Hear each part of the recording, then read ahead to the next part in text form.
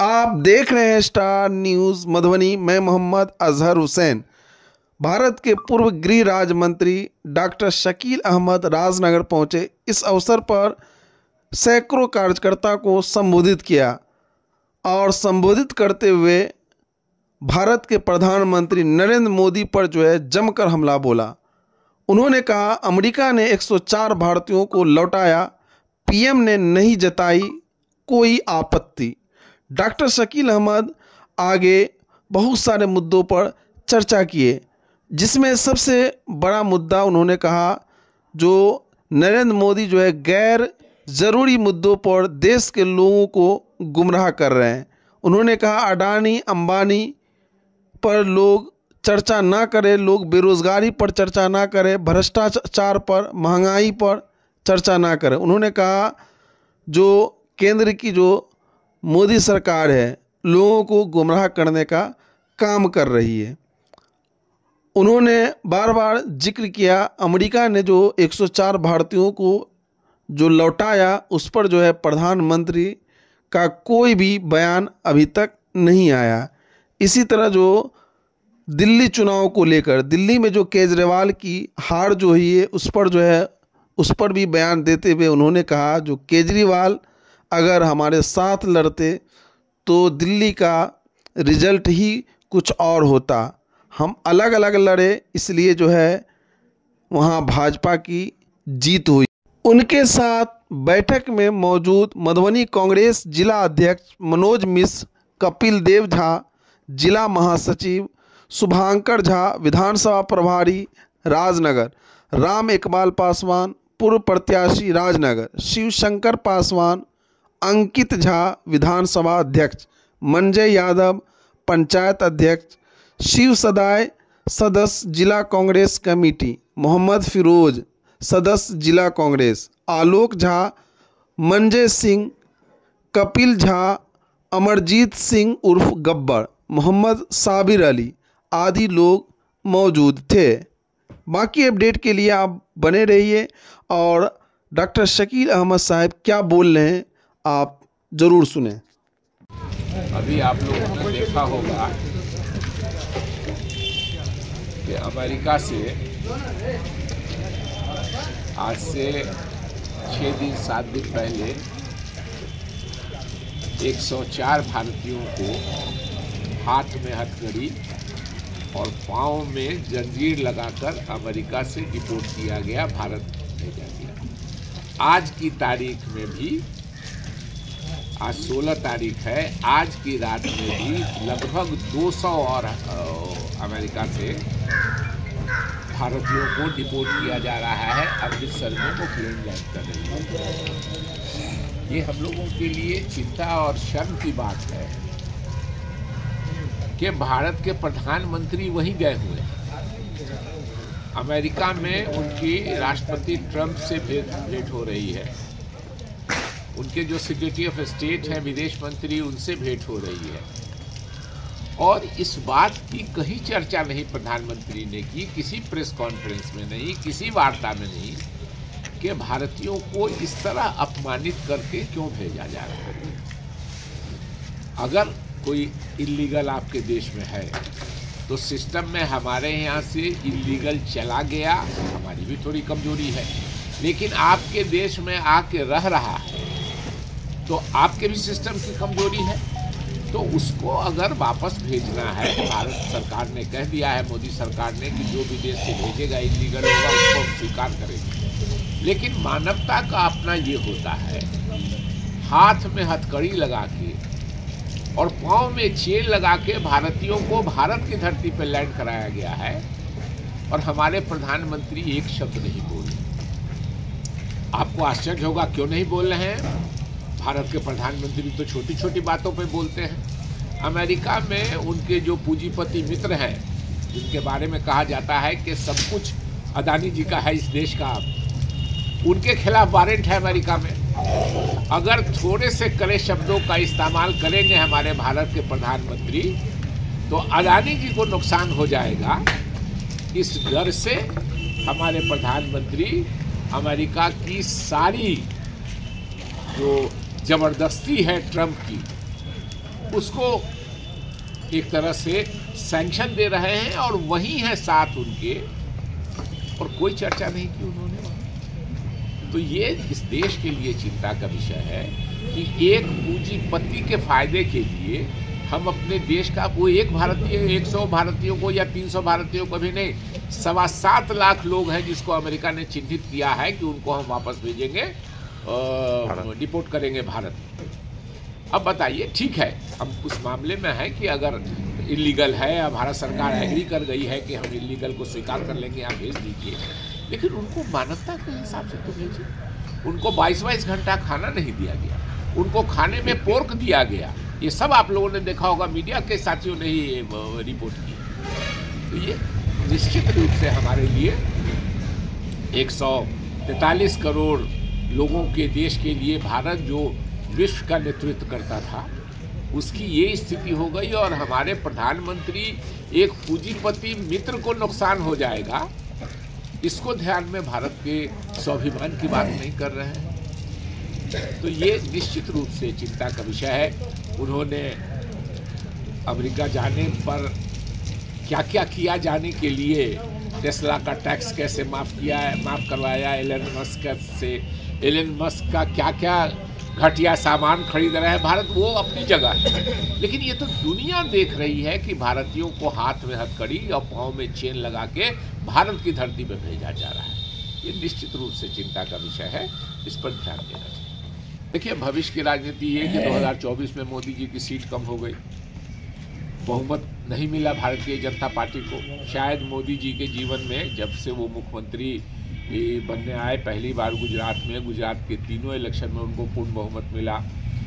भारत का जब इलेक्शन लड़ा उन्होंने प्रधानमंत्री का, तो 2 में पूर्ण बहुमत मिला, 14-19 में। 24 में उनकी पहली बार है कि मोदी जी के नेतृत्व में एक तरह से बीजेपी की हार हुई कि अगर उनके सहयोगी दल साथ नहीं देते तो नरेंद्र मोदी जी प्रधानमंत्री नहीं होते।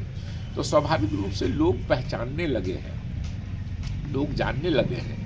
आप एक झूठ को कितनी बार बोलिएगा, कितने ढंग से बोलिएगा। तो जैसे जैसे लोगों को असलियत का, अब इसी मामले में जो छवि है कि ये तो सारी दुनिया देख रही है, भारत के लोग भी देख रहे हैं कि लोग हाथ में हथकड़ी लगा के पाँव में चेन बांध के, भारतीय यंग लड़के लड़कियां जो सब कुछ यहाँ से अपना एक तरह से दाव पे लगा करके, गरीब परिवार, मध्यवर्गीय परिवार के लोग जमीन जायदाद बेच के पूंजी लगा करके वहाँ गए और वहाँ से ऐसा अपमानित करके भेजा जा रहा है। ये हमारे लिए चिंता का विषय है। और अभी एक नहीं, अभी तो 300 के आसपास लोग आए होंगे आज रात वाली फ्लाइट से। लेकिन ये 7.25 लाख लोग ऐसे चिन्हित किए गए हैं अमेरिका में जिनको वो भेज रहे हैं। और हम खामोश इसलिए हैं कि हमारे पूंजीपति मित्र को नुकसान हो जाएगा, उसके अरेस्ट वारंट को एक्सपेडाइट नहीं कर दिया जाए जल्दी, इसलिए हम चुप। बिहार की राजनीतिक परिदृश्य पर कुछ कहना चाहेंगे क्या? कैसा लगता है ये? बेनीपट्टी में घटना हो गई, वो मौलाना फिरोज है, मैं उनका भी गया था। फिर अध्यक्ष जी ने हमसे बेहटा में घटना हुई उसकी बात की, धनौजा में घटना हुई उसकी बात की। तो स्वाभाविक रूप से ये चिंता का विषय है। लॉ एंड ऑर्डर को बिहार सरकार को इम्प्रूव करना चाहिए जी। और जो राजनीतिक परिस्थिति है, नीतीश जी के बारे में तरह तरह की बातें रोज़ पता नहीं क्यों मीडिया में आ रहा है कि आज इधर जा रहे हैं, कल उधर जा रहे हैं, परसों ये है। ये अनिश्चितता नहीं होनी चाहिए राजनीति के लिए और सरकार के लिए कि एक निश्चित रूप से वो 2 बार आ चुके हैं हम लोगों के साथ, फिर चले गए, अब बार बार ये बात होती है। तो ये अस्थिरता का माहौल नहीं होनी चाहिए। और मेरे ख्याल में जो बार बार चेंज हुआ है उससे नेता की विश्वसनीयता कम होती है। कोई आज हम इधर हैं, कल उधर हैं, परसों उधर हैं, तो एक आध बार लोग बोलते हैं, लेकिन ऐसी बार बार करने से विश्वसनीयता कम होती है। तो इसमें कहीं कोई दो राय नहीं है कि नीतीश जी की विश्वसनीयता इस मामले में, प्रतिबद्धता में लोगों को संदेह है, शक हो रहा है। तो ये ठीक नहीं है राजनीति के लिए भी और राज्य सरकार के लिए। दिल्ली में रात में हुई भगदड़ के बारे में कुछ कहना चाहेंगे? नहीं, बहुत दुर्भाग्यपूर्ण बात है। और पहले दिनों से एक तो ये है कि इंतज़ाम हम राजनीतिक बात नहीं करना चाहते हैं। भगवान उनकी आत्मा को शांति दे। वो धर्म के लिए जा रहे थे, कुव्यवस्था के कारण स्टेशन पे भगदड़ हुई और जगहों पे भगदड़ हुई, तो स्वाभाविक रूप से, और आपने लोगों को बुलाया, कहा कि 7,000 करोड़ रुपया खर्च कर रहे हैं, ऐसे स्वागत है वैसे स्वागत है, और उसके बाद जो देखा कई जगह आग लग गई, कल भी आग लगी है कुछ जगहों पे, तो स्वाभाविक रूप से भगवान उनकी आत्मा को शांति दे। और प्रशासन को इस बात का ख्याल रखना चाहिए कि इस तरह के धार्मिक अवसरों पे जहाँ ज़्यादा भीड़ हो वहाँ तैयारी पहले से करनी चाहिए। सिर्फ जनता को आपने दावत दे के बुला लिया, हर आदमी समझ रहा है कि 144 साल के बाद हो रहा है, ऐसा प्रचारित किया गया और ऐसा लोगों को विश्वास भी हुआ, तो लोग कहने लगे कि शायद 144 साल के बाद होगा, तो हम कह रहे लिए तो ये अंतिम है, हर आदमी का जीवन का एक औसत होता है। तो इसलिए लोग गए वहाँ, और वहाँ जो बुलाती है सरकार, उसकी जिम्मेदारी होती है उनके व्यवस्था की। लेकिन यहाँ तो ऐसी को व्यवस्था थी कि कई जगह कुंभ में भी कई लोगों ने कहा कि 6 जगह भगदड़ हुई, 5 जगह भगदड़ हुई, 4 जगह भगदड़ हुई, तो स्वाभाविक रूप से ये ठीक नहीं है।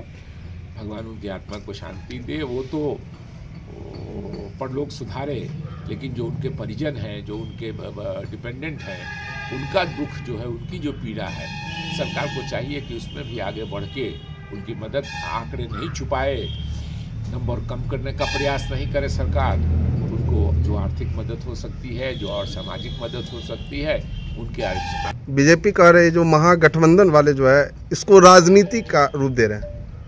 देखिए, हमने कोई राजनीतिक बात की, मैं भी तो महागठबंधन, लालू यादव का बयान है। देखिए, हर आदमी का देखने का नजरिया अपना अलग होता है, और स्वाभाविक रूप से अगर आपको याद करा दूं कि इसके पहले महाकुंभ में समाजवादी पार्टी की सरकार थी उत्तर प्रदेश में, आजम खान साहब इंचार्ज थे, इतना सुचारू रूप से मेला चला,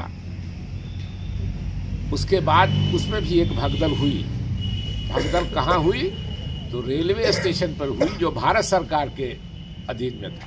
लेकिन आजम खान साहब ने टोपी उतार के कहा कि मैं क्षमा प्रार्थी हूँ साधु संतों से, ठीक मेला ही के वजह से, कुंभ का इतना बड़ा मेला लगा, इतना पवित्र स्नान हुआ, उसकी वजह से इतनी भीड़ जमा हो गई। स्टेशन ठीक है भारत सरकार के अधीन में है, लेकिन वो हमारे प्रयागराज के में है, इसलिए हम क्षमा प्रार्थी हैं।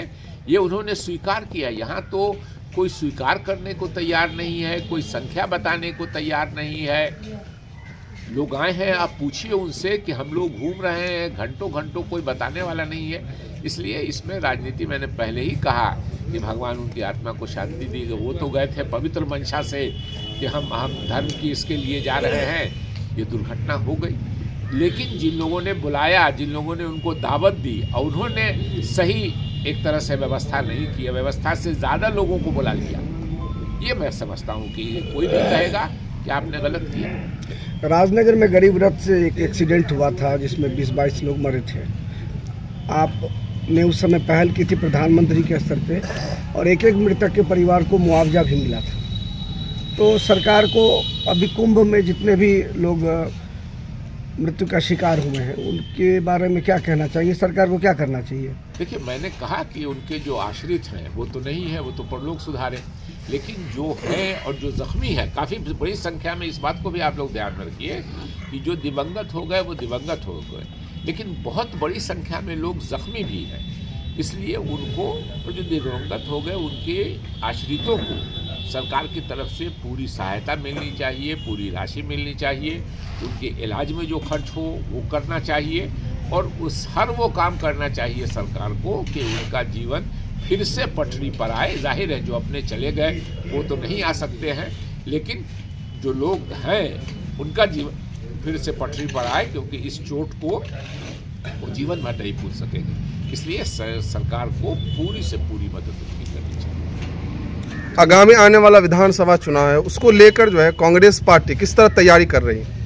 देखिए, पार्टी तैयारी जैसे करती है कि हमारे जो संगठन के लोग हैं इनको विश्वास में लेके संगठन से नाम मंगवाने के लिए कौन कौन सीट पे। देखिए, जब भी एक गठबंधन होता है, एक से ज़्यादा पार्टी एक साथ चुनाव लड़ती है, तो ये बात समझ लीजिए कि हर पार्टी ज़्यादा से ज़्यादा सीट और अच्छी से अच्छी सीट लेना चाहती है।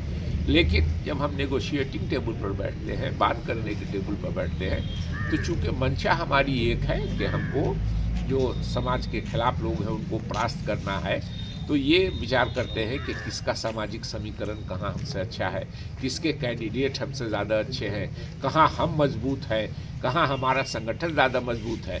तो उसके हिसाब से आपस में विचार विमर्श करके एक संख्या सब पार्टी के लिए। दिल्ली चुनाव में जो है कांग्रेस की जो करारी शिकस्त हुई है, क्या बिहार में जो है कांग्रेस पार्टी इसको दूर करने का काम करेंगे? देखिए, दिल्ली में जो हमारी हाल हुई है उसमें एक व्यक्ति की जिद थी जो खुद भी चले गए, केजरीवाल साहब। केजरीवाल जी के साथ हम लोग लोकसभा का चुनाव लड़े थे, काफ़ी परसेंटेज वोटों का बढ़ा था, लेकिन केजरीवाल जी ने खुद पहले बयान दे दिया कि हम कांग्रेस से कोई समझौता नहीं करेंगे, और आज कह रहे हैं कि कांग्रेस अगर हमसे समझौता कर लेती तो हम लोग नहीं हारते। तो उसमें अगर दिल्ली के चुनाव के लिए, रिजल्ट के लिए कोई एक आदमी जिम्मेदार है तो वो है श्री अरविंद केजरीवाल। क्या बिहार में तालमेल है, दोनों मिलकर लड़ेंगे? अभी तक तो हम लोग तालमेल में है, भविष्य वक्ता नहीं हूँ मैं, लेकिन आज की तारीख में हमारा तालमेल मजबूत है, हम लोग साथ में। Thank you.